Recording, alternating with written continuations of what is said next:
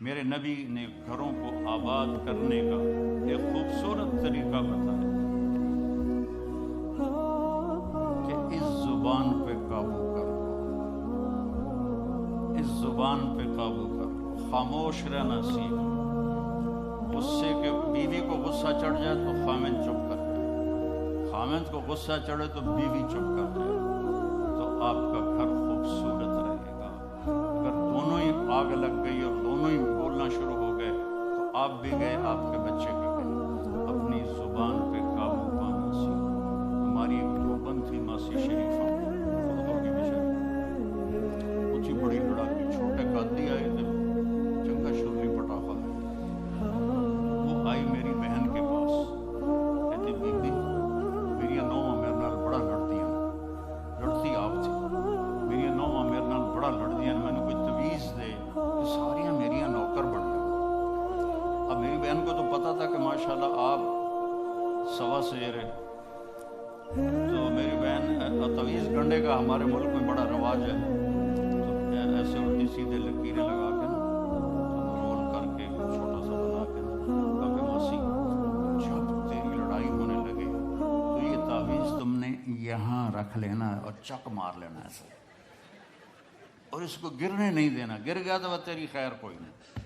اور اس نے کیا کیا، اس کو چپ کروانے کا طریقہ، تو تعویذ کی تو بڑی اہمیت ہوتی ہے۔ تو ایک ہفتے کے بعد آ گئی، بی بی تو بڑا چنگا تعویذ دیتا، ساری لڑائی ختم ہو گئی کیونکہ ماسی شریفہ چپ ہو گئی۔ تو یہ سب ان عورتوں کو بھی تعویذ دیتا ہوں، ماسی شریفہ والا آپ کو بھی دیتا ہوں۔ ماسی شریفہ والا تعویذ لے لو، آپ کی زندگی بڑی خوشحال ہو جائے گی۔ اللہ کی قسم، جھک جانے میں جو عزت ہے وہ سر اٹھانے میں نہیں ہے، چپ رہنے میں جو سکون ہے وہ جواب دینے میں نہیں ہے۔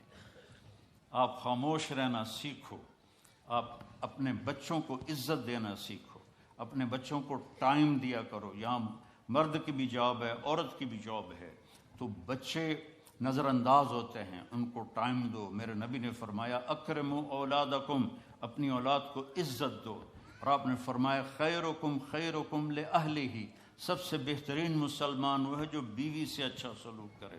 اور ایک عورت نے پوچھا یا رسول اللہ میرے خامند کا میرے اوپر کیا حق ہے؟ آپ نے فرمایا تیرے خامند کے جسم پہ پھوڑے نکل آئیں اور ان میں گندا پانی جمع ہو جائے اور تو زبان سے چاٹ چاٹ کے اس کے زخم صاف کرے تو بھی تو نے خامند کا حق ادا نہیں کیا۔ دونوں کو بیلنس کیا ہے۔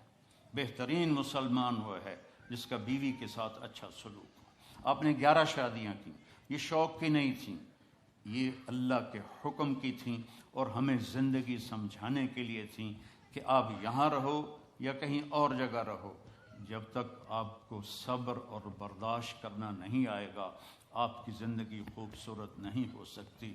غصے کو پینا سیکھو، غصے کو دبانا سیکھو، غصے کے وقت چپ رہنا سیکھو، تو آپ کی زندگی بڑی خوبصورت ہو جائے گی، بہت حسین ہو جائے گی۔ زندگی اندر ہے، باہر نہیں۔ اب رولز رائس میں چڑھ کے کوئی اچھی زندگی نہیں گزار رہا ہے، لائف تو اندر ہے۔ دل دریا سمندروں ڈوبے کون دلاں دیاں جانے ہو، وچے بیڑے وچے جھیڑے وچے ونج مہانے ہو، یہ اندر ہے، لائف اندر ہے۔ اور کیا لطف انجمن کا جب دل ہی بجھ گیا ہو، جب اندر بجھا ہوا ہو تو پھر باہر کی چیزیں کوئی مزہ نہیں دیتی۔ عاصم کے مرنے کے بعد ہمیں کوئی شے اچھی نہیں لگتی، حالانکہ لائف ہر نعمت موجود ہے، سب کچھ موجود ہے۔ میرے بیٹے کا نام عاصم تھا جو فوت ہوا ابھی، جو 36 سال کی عمر میں، تو کوئی شے اچھی نہیں لگتی کہ اندر ویرانی آ گئی۔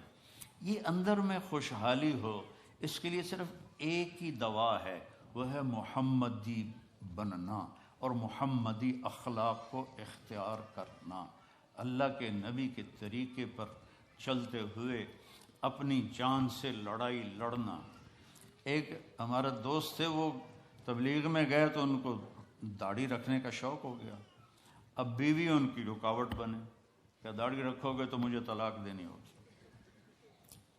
اب وہ کافی دیر بیچارے سوچتے رہے، ایک دن ان کو ترکیب سوجھی، آ کے بیگم سے کہنے لگے میرا جی چاہ رہا ہے کہ میں دوسری شادی کروں، لیکن میں سوچتا ہوں پہلے داڑھی رکھوں یا پہلے شادی کروں. تو ان کی بیگم نے کہا پہلے داڑھی رکھ لو، پہلے داڑھی رکھ لو. تو ایسے اپنی بیگمات کو مناؤ پیار محبت سے. عزت تو نبی کے طریقے میں ہے. نبی کا طریقہ چھوڑ کے میرا والد مجھے ڈاکٹر بنانا چاہتا تھا، تو آج میں یہاں کھڑا ہوتا. اگر میں ڈاکٹر ہوتا، میرا چھوٹا بھائی ڈاکٹر ہے، بہت اعلیٰ ڈاکٹر ہے، تو میں یہاں کھڑا ہوتا. مجھے یہاں میرے نبی کا طریقہ لے کر آیا ہے، میرے نبی کی سنت لے کر آئی ہے، میرے نبی کی زندگی لے کر آئی ہے. اور آپ جس محبت سے تشریف لائے ہیں اس کے پیچھے میرے نبی کی زندگی ہے. تو اللہ کی قسم عزتوں کا خزانہ ہے میرے نبی کی پاکیزہ زندگی.